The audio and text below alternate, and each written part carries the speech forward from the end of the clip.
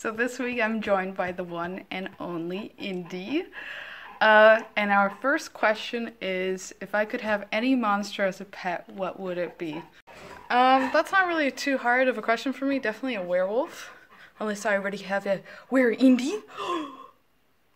Maybe. If I would have any monster as a pet, I would choose a fisk egg from Dark Crystal. Oh, all right, come on. Tamar, fisk egg. Tamar. Dobar. Hang on, Jen. Oh, hi there. If I would have to choose a Gothic monster as my pet, I think I would go for something fluffy and warm and big. So maybe a werewolf or some sort of monster, like animal monster. So, you know, you can cuddle with them and they can protect you. I would choose a crocodile as a pet. And it's because of a couple of things. One, it's a monster. Two, it can be very vicious. Three, it can be trained. It's not like it's unheard of to train a crocodile. And so in a way, I think it's more realistic on choosing a monster as a pet. If I could have a monster as a pet, I think it would look something like this. If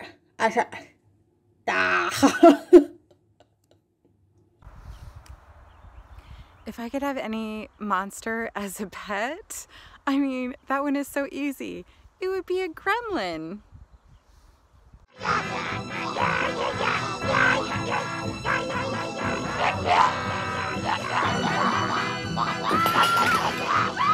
Best candidate for pet monster, definitely a dragon. Although technically, dragons are creatures and not monsters, but I don't think anyone's going to argue with me once I have one. And in the absence of proper dragon, I would probably settle for a winged cat. So what's my favorite Gothic location? I think I would say a forest, at night, insects chirping, a stream in the background. You just know somewhere out there, there's a killer.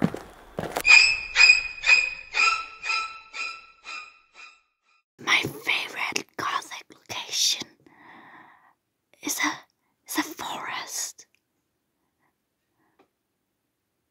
Shh, don't let them hear you.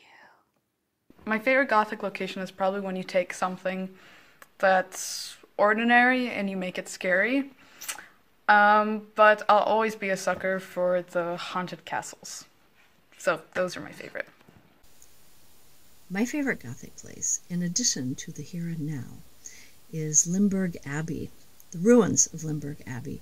It's on a hill way above the town of Bad Dürkheim in the southern part of Germany, not too far from Mannheim. What kind of Gothic location can be creepier than being out in the middle of nature, alone? The creepier aspect is when you have an old abandoned structure behind you and you know that the legend says that if you get halfway across the bridge, a ghost will come up and steal your soul.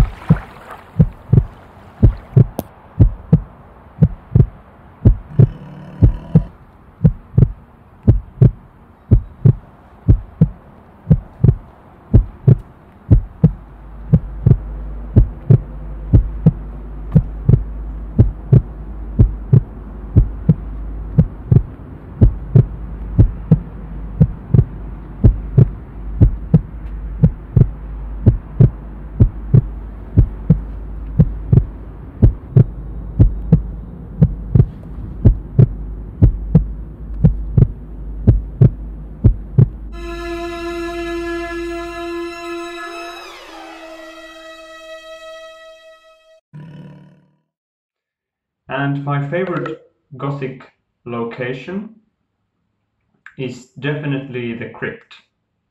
The crypt under the keep, the crypt under the mansion.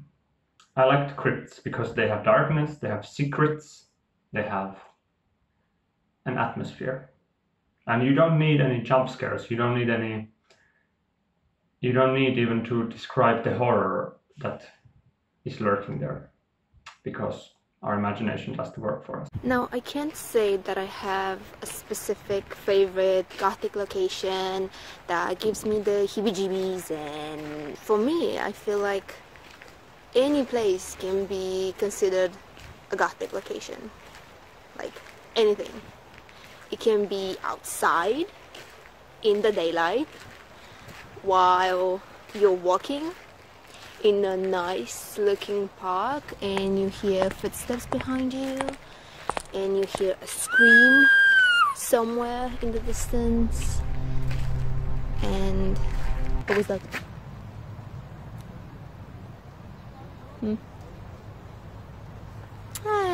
I think it's nothing. Or in the comfort and safety of your own home. But then you hear the floors creaking and the door as well, and you know that you're all alone, which is weird. But anyway, the fact that the things that make a location Gothic or scary, the fact that they're not confined in any specific place is what makes them scarier, because they can be anything and anywhere. No place is actually safe, and we're all in danger. What's going on?